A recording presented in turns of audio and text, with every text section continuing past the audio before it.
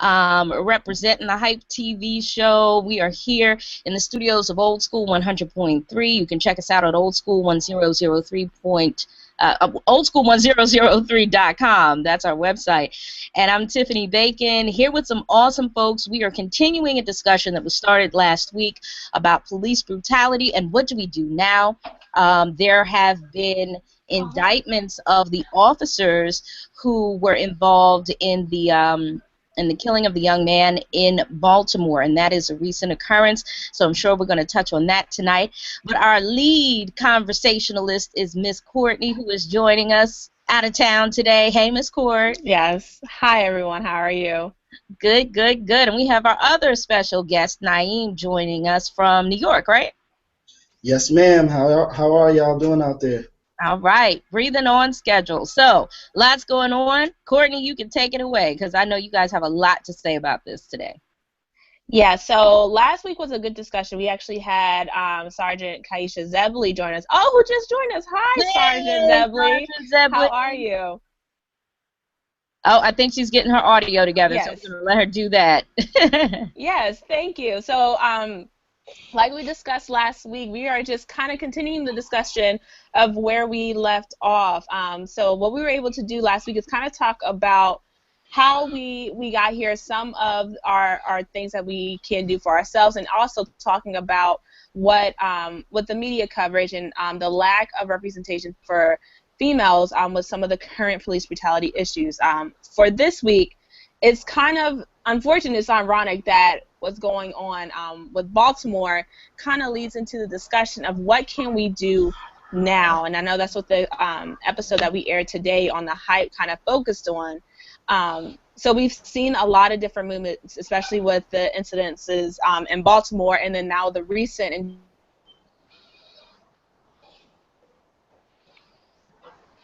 Oh, it looks like she's frozen. Uh-oh, frozen isn't good. All right, so hopefully we can get Courtney back. I think she might be having some technical difficulties. So, yeah, we want to continue that discussion on what we can do now. We want to welcome Sergeant Zebley joining us on the line. Hi, Sergeant Zebley. Hello, great to be here. Thanks for having me. Yes, thank you for being here. Now, hopefully we can get Courtney to come back. I know she's working that thing out. But in the meantime, Naeem, talk about the organization that you have and what you do. All right, yes. I spoke on this a little bit last week. My organization is called 28 Names. You can check it out, 28names.com. It started off as a project that I did in my undergraduate career at Penn State, where I took 28 individuals of color, young individuals of color who lost their lives needlessly, whether it be violence at the hands of police, vigilantes such as George Zimmerman, or violence within their own community, such as gang violence. And a large portion of the 28 individuals that I chose to focus on died at the hands of police brutality. So while the project itself isn't inherently attacking police brutality, it's definitely a large element. And since then, I've turned it into a blog that kind of redirects the narrative of young people of color in this country and tries to refocus and empower one another to do better in the world. So, yeah. Awesome. Amazing. So from your perspective, based on what has happened, what are some of the things that we can do now in response to Baltimore, in response to a lot of what has been going on? One thing that I honestly feel we should be doing and continue to do is staying informed. You know, we live in an era that has a 24-hour news cycle, so there's always information coming out, whether it be through 24-hour channels such as CNN or MSNBC or even Fox News, or just through social media. There's always information coming out, and definitely use multiple sources. That's one of the things that you always learned in school. You know, right. Use multiple sources when writing essays, and that is easily applicable in these instances. So that's the first and foremost thing to do. And two, I would say, look into local organizations that align with some of the things that you want to do. Particularly out here, you have the New York Justice League, which is one of the organizations that have been putting together some of the peaceful protests here in New York City. All right, good stuff.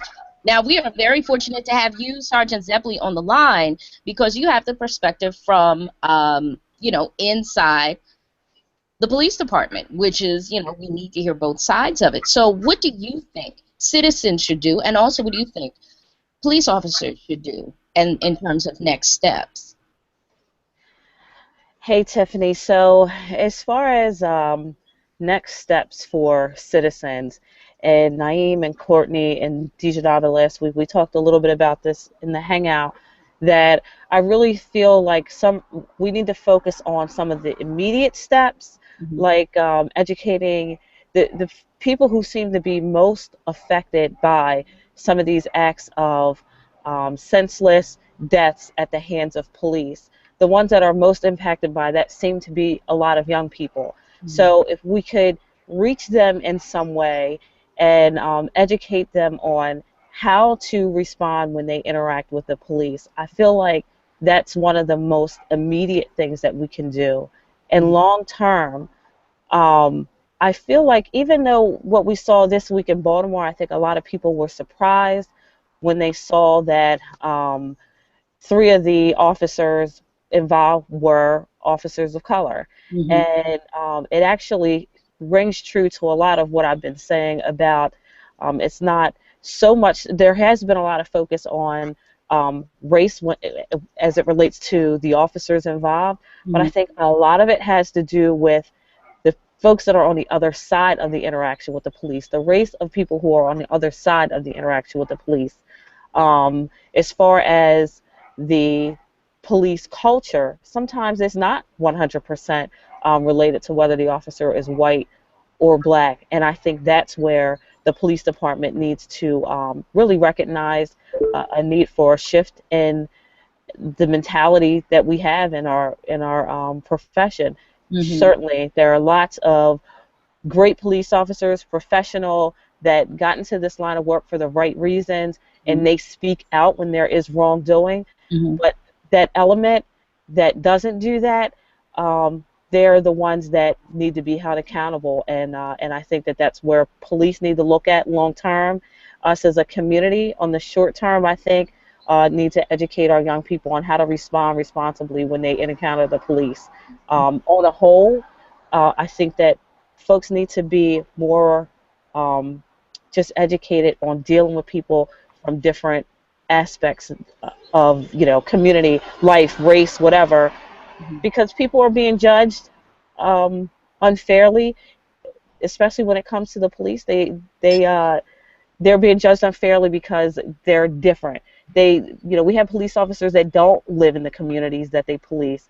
We have police officers that aren't necessarily stakeholders in the communities where they serve, and I think that's very important. So going forward, I think there's lots of work to be done in my profession, and it starts by acknowledging it. And well, we thank you for that, for saying that, and for your opinion and insight, especially from the inside. Courtney is back. She's rejoined Yes. us. Thank you. So glad you're able to make back. Yes. Sorry about that, everyone. It's all good. It's technology. Things It happen. is. Yes. All right, so we just started with a basic introduction. Naeem just reintroduced what his organization does and his thoughts on next steps, and so did Sergeant Zebley. Just gave her account of what she thinks next steps are for it. Great. So I know when we were talking just in the office of what's been going on recently, to kind of pick up where we left off last week, I know there was a lot of mixed feelings, even seeing Facebook, for example. So we talked about the almost overwhelming or over uh, kind of reporting of the different incidences, but even more so, like specifically talking with Baltimore, we saw the reaction live and on various different media outlets as well, what the reaction of the people are, which is what kind of we were discussing last week about the unrest, the unsettled, the frustration a lot of communities are feeling about these fatalities that the police officers are giving to some of their citizens. I just wanted to hear from you all, seeing that and kind of reflecting like how our conversation was last week. What were some of your reactions to seeing what was going on in Baltimore, and what did you feel? Was it appropriate? Was it not? Or what were your initial feelings with that? I want to speak to that if I can.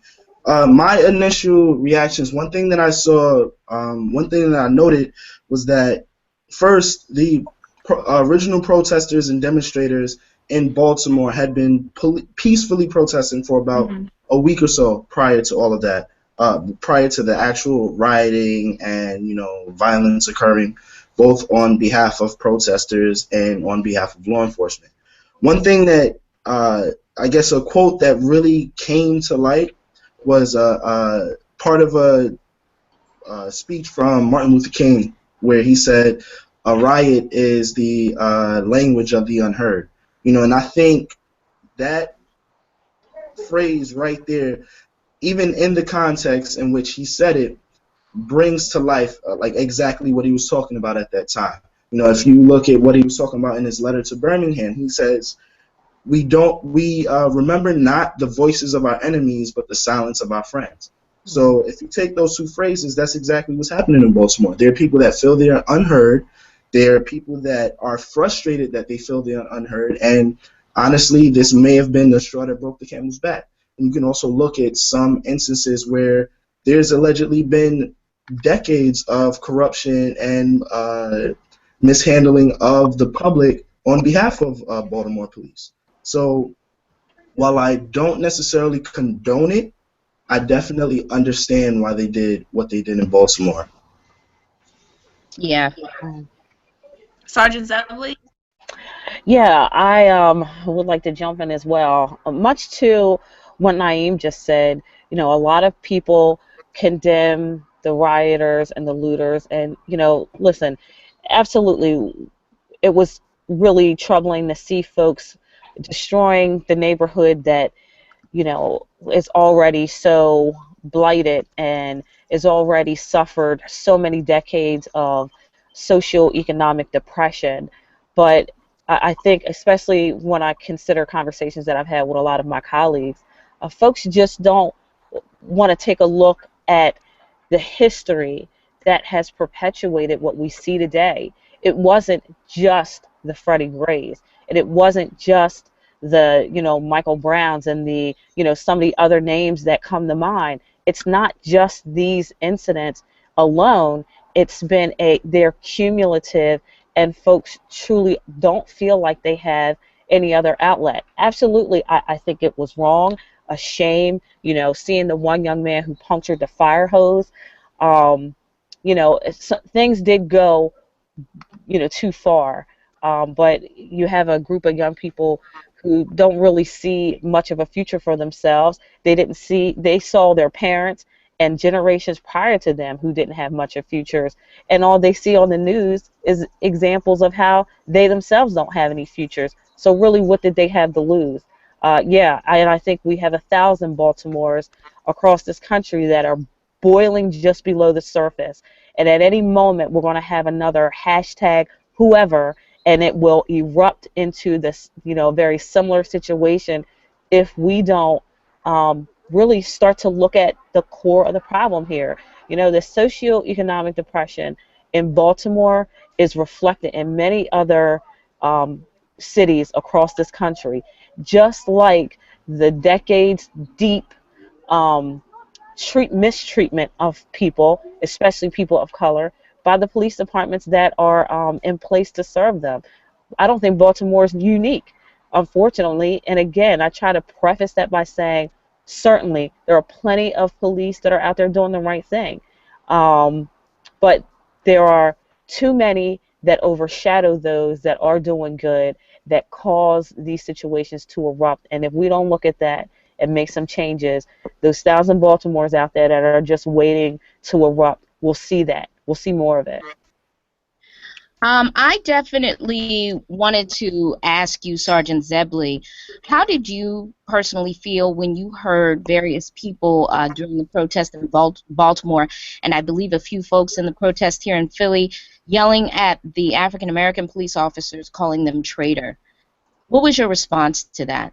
You know what? I didn't see that specifically, but certainly in 15 years, I have experienced folks who they simply don't feel like this profession is for someone of color. And quite honestly, that's one of the number one reasons why I've stayed in this profession, because on a whole, there are so few of us that are represented.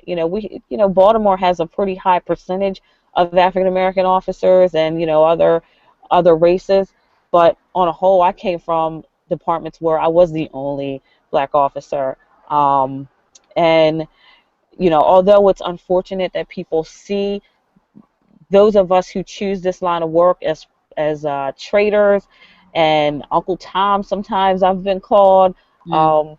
I still will continue to serve those very same people with fairness and justice, and hopefully setting an example for those who may choose not to do that.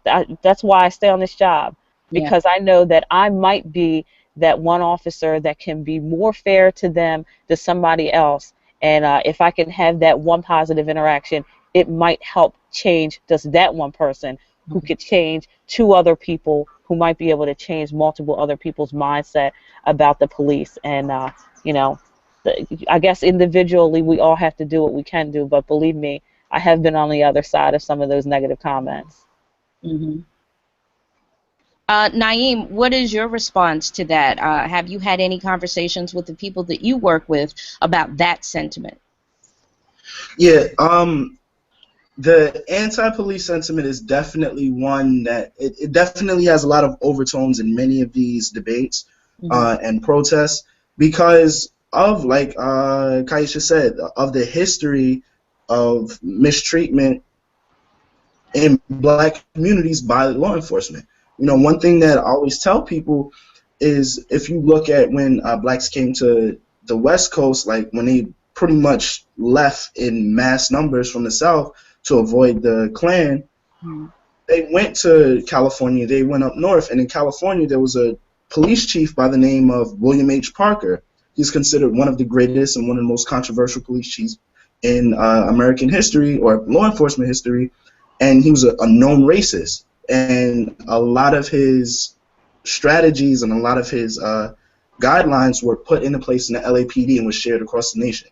A lot of that stuff, while it's not very overt anymore, a lot of that carries over. Generations and generations of mistreatment or targeting of a specific community don't just go away with the single passing of a law, or the single passing, or the single election of a black man as president. These things still linger. It's a societal thing, it's a cultural thing, and it's the cultural problems, the cultural elements that cause most of these problems. We do have a lot of things within our infrastructure that are supposed to set it up to be more fair, but we got to change the culture first. And I think that's definitely a main thing that needs to be looked at. All right, good stuff. Corey, I know you had a couple of questions, a couple of things you wanted to bring up as well. Okay, I guess she had to step away, so when she comes back, I know she has some more questions and whatnot. In terms of building unity, these next steps, how can we kind of calm people's angst, anger, frustration, to get more people to the table like this to talk and hear each other out, and then figure out where to go, like, collectively, actually build that unity thing? Okay, I think, for instance, with the conversation that we're having right now with, say, myself, who has been protesting in New York, and Sergeant Zebley, who seems to be definitely a more compassionate and more in tune law enforcement officer, we're kind of on the moderate ends of our respective spectrums. The problem is we have to get some of those, not necessarily, I don't want to call them extremists, but people who are more hardened in their things on the other side. Yes, more impassioned, more set in their ways, to kind of sit down at the table with one another, with people, say, like myself or Sergeant Zebley, who can kind of moderate and see it from both sides. The problem isn't, us people here. We're more or less preaching to the choir. We need to get those who don't necessarily agree with us at the table.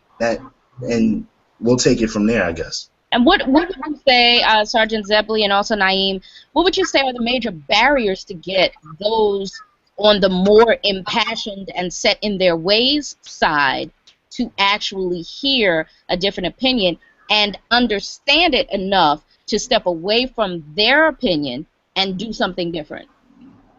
What are the major things that keep people from wanting to hear another opinion? Um, a couple of ideas that I have that keep people from really wanting to hear another opinion is one, folks that have had really negative interactions with the police, or they've had children who have had negative interactions with the police. It's really tough to get them to come to, you know, being more accepting, or coming together in a form such as this, or you know meeting us halfway. It's really tough when some people that I've talked to, and that I have encountered personally. I know that some of the negative response that I have from people when I have to interact with them on the street, I know that it's directly related to a previous bad interaction that they've had with someone, whether in my department or even in our region. It could just be something that happened 10 years ago. But if it's bad enough, it's something that they'll never forget. So on that side of things, I think that's one thing that stops people from a law enforcement perspective. I think oftentimes, when we have diversity trainings and sensitivity trainings, people they automatically think this is just another time that I'm being told what to do and how to treat people and how to excuse the expression, but kiss people's behind. Like that's oftentimes what people's response to having to go to these different diversity trainings and things like that. And I think when it comes to the training that we offer police officers, I think it needs to be more, and I've said this before, like cultural intelligence based, more exposure based, not just sitting in a classroom and giving statistics and telling them, to treat everyone nice and treat everyone fairly, but actually expose them to people in their own element in some way. Like, we have to be more innovative in our training of our police officers. It can't just continue to be the same way that it's been, because then we'll continue to get the same results. We'll continue to have officers who have these biases against people, just like all of us do. We all have our own biases. But what we have to do as professionals or as law enforcement professionals, is be mindful of those biases and constantly challenging those biases when we interact with people, being aware of it. I, as a Black officer, have to be mindful of my own biases every time I have an opportunity. I can't do it if it's a split-second decision, but if I'm constantly being mindful, then I can look back and say, okay, that interaction was based on X, Y, Z, not solely because this person looked a certain way. Okay, good stuff. That's really good. Naeem, from your perspective, what are the biases, what are the barriers that keep people from wanting to hear another opinion and then doing something different? Sergeant Zebley hit on a lot of points. She definitely touched on a lot of things, and a lot of it is because people already have those hardened opinions based off of negative interactions, or very negative interactions that they've had in the past. And just being able to kind of break that down and kind of loosen it up so that they can have some more positive exposure to the other side. I can imagine, like, I have a friend who's a relatively new police officer, and he would tell me about some of the bad experiences he's had, especially since everything has happened and tensions in New York have risen in regards to NYPD and the general public. He was telling me how he's been told that there's now certain areas in the part of the city that he works in that he can't go to because cops' lives are in danger. And I already see some of that, like, kind of, persuading him to a specific viewpoint, and it's a little scary. It's understandable, but it's also a little scary me seeing it from the other side. Conversely, I remember I was at the Freddie Gray protests Mm-hmm. on Tuesday, I believe. It was either Tuesday or Wednesday of this week here in the city. And I remember specifically there was this one guy, mind you, there's hundreds of people out there, and there was this one guy who took to antagonizing the police officers that were in the area. You know, and a lot of people were trying to get him to be quiet. It's like, yo, be cool. Like, it's not, this isn't what we're here for, but he just kept going.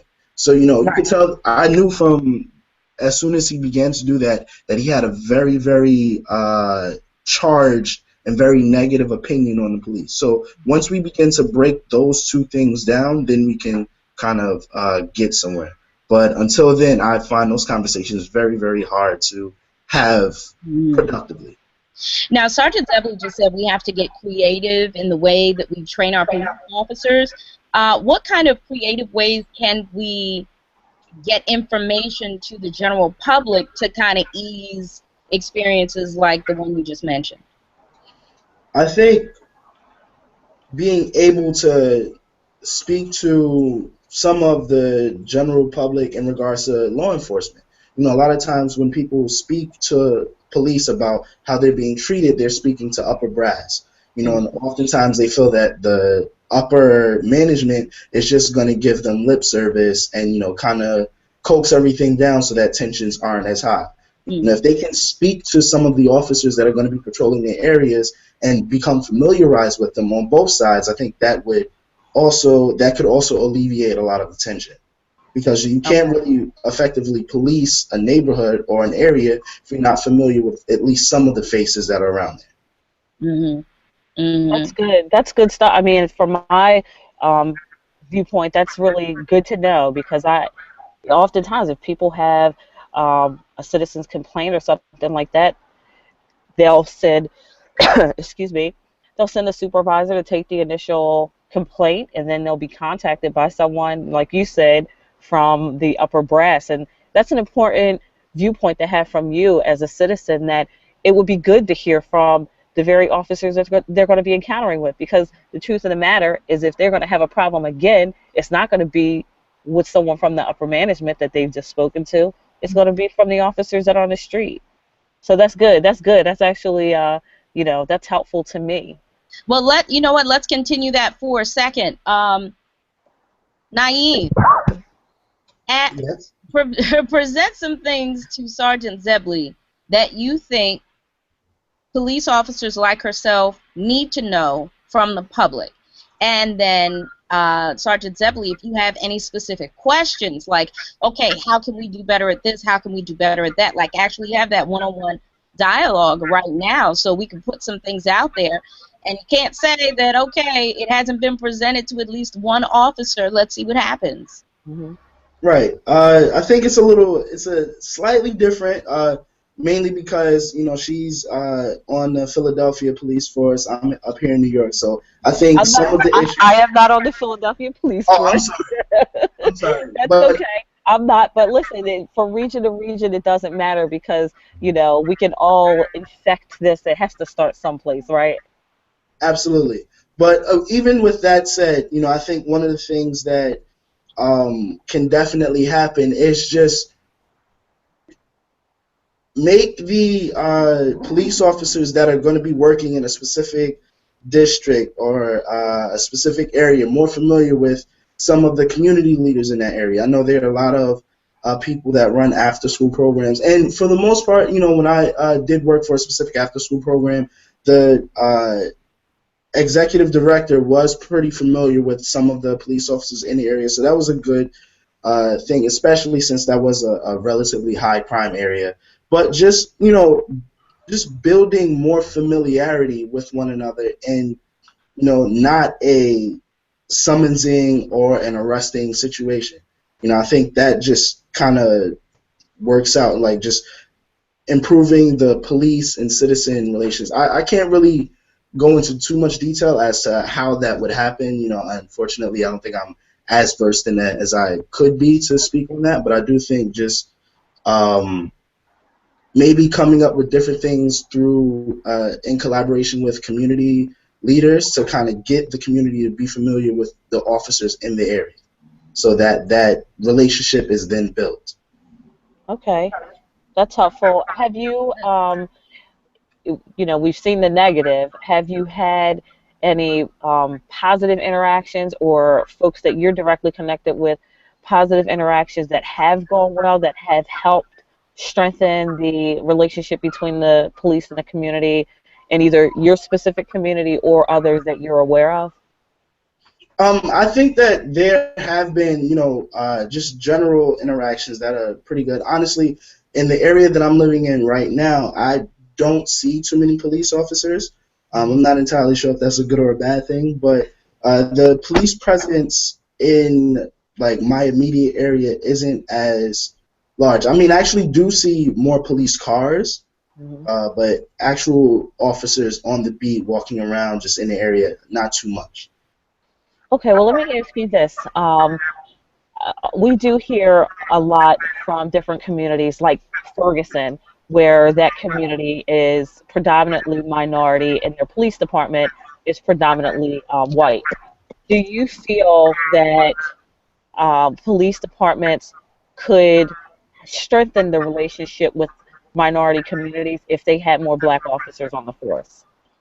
Absolutely. I think it's been kind of understood in many regards that people are honestly very responsive to those who look like them. This it's the same reason why they want more teachers of color in urban communities because students respond to teachers that tend to look like them more often. And I honestly do have personal experience with that. Some of my favorite teachers just so happened to be black because they understood there was a lot less that needed to be explained because there was an understood culture there.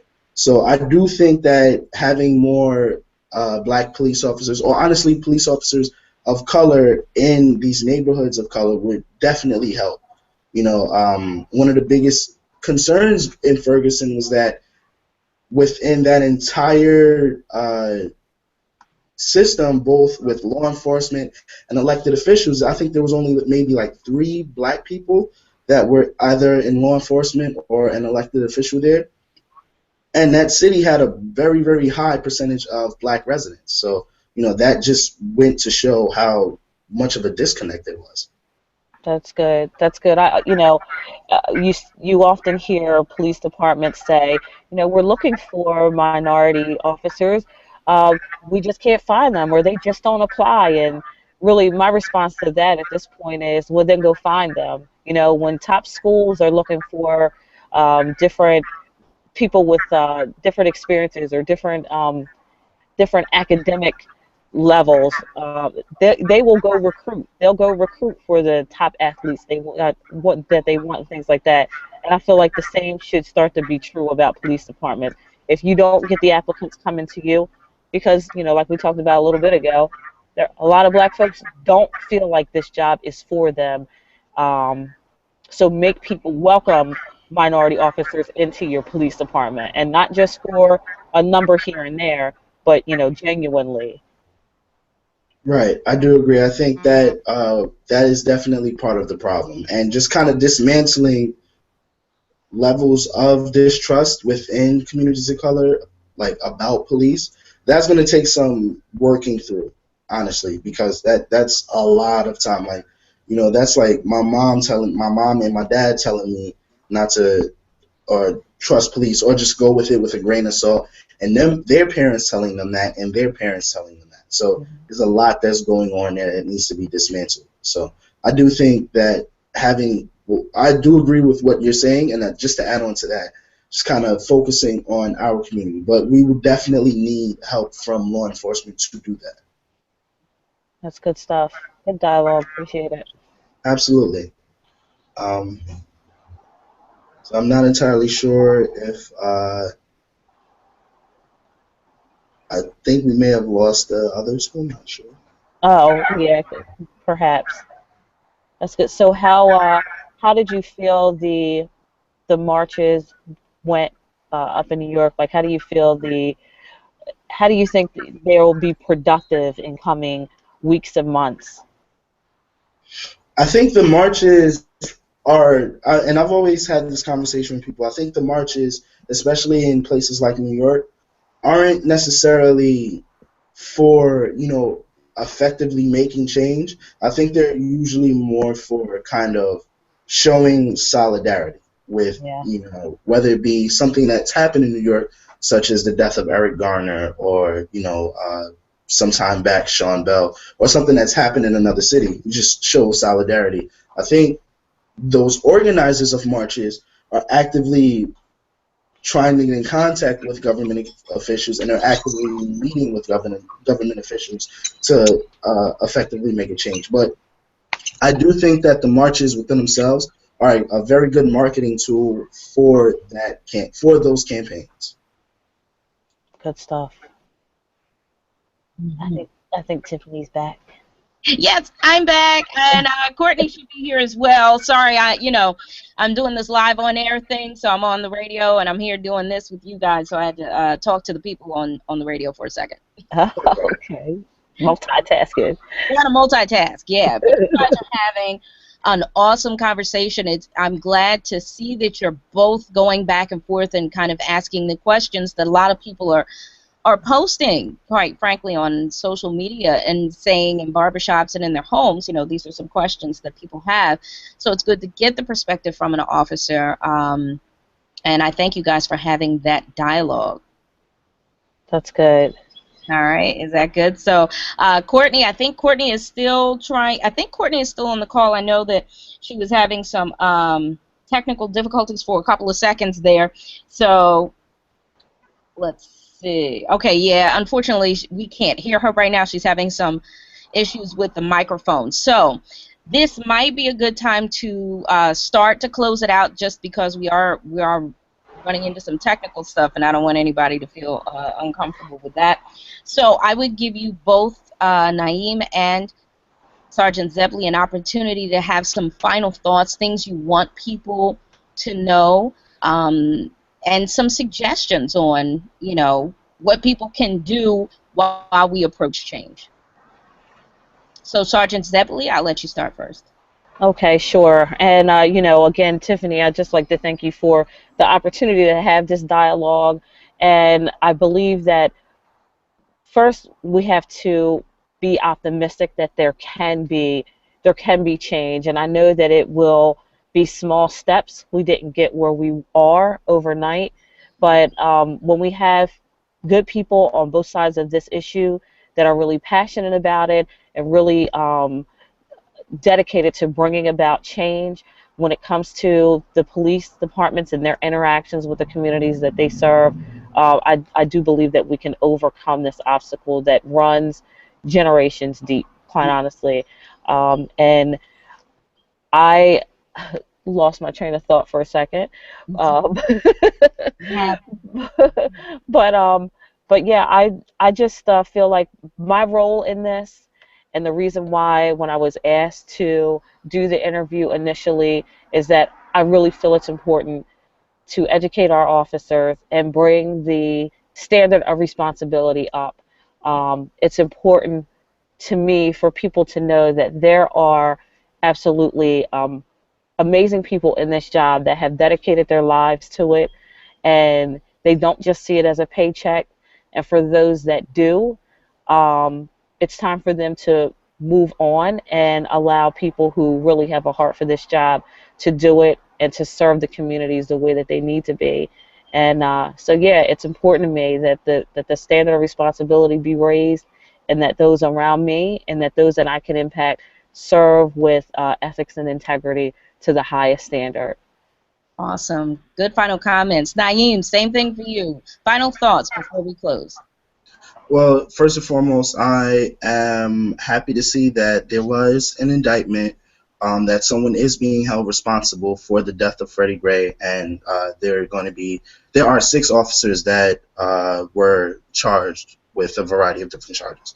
With that said, I don't think that this is the end. Obviously, people would like to see those officers held accountable, whether it be through a conviction or otherwise. The point is, there still is a very divided culture in our society in regards to law enforcement. And I've definitely had my fair share of debates and arguments on social media with people that I looked at in a different light prior to all of this. Right. So just maintaining your, I guess, and not a maintaining a sense of objectivity in this is key. You know, definitely still have your viewpoints, but just make sure that you're just fully aware of as much of the facts that they put out there as possible, and just continue to keep fighting. You know, for society where police and communities of color don't have to bicker, or there isn't anyone at odds with one another. Do I think that is going to be easy? Absolutely not. Like I said, there is decades, generations of mistreatment that you have to unpack, and why it's there that you really have to discuss to break down how to fix it. But I do think that we can, as a society. It's definitely going to take some time, but I and many other people like me are in it for the long haul. 28names.com. Awesome, good stuff. And I think we have Courtney back. Courtney, can you hear us? Are we able to hear you?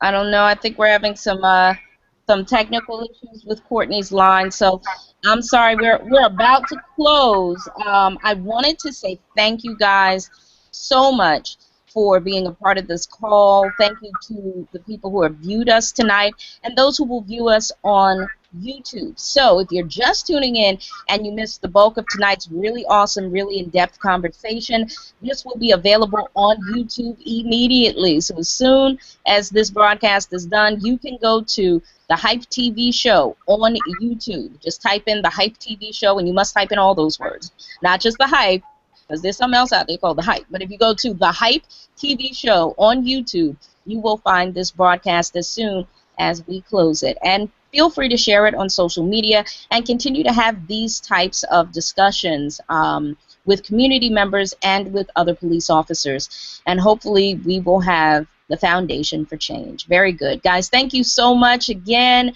We appreciate it. You have been watching the Sunday Hangout, the Hype version, here from the studios of Old School 100.3. Thanks so much for watching, guys. Take care.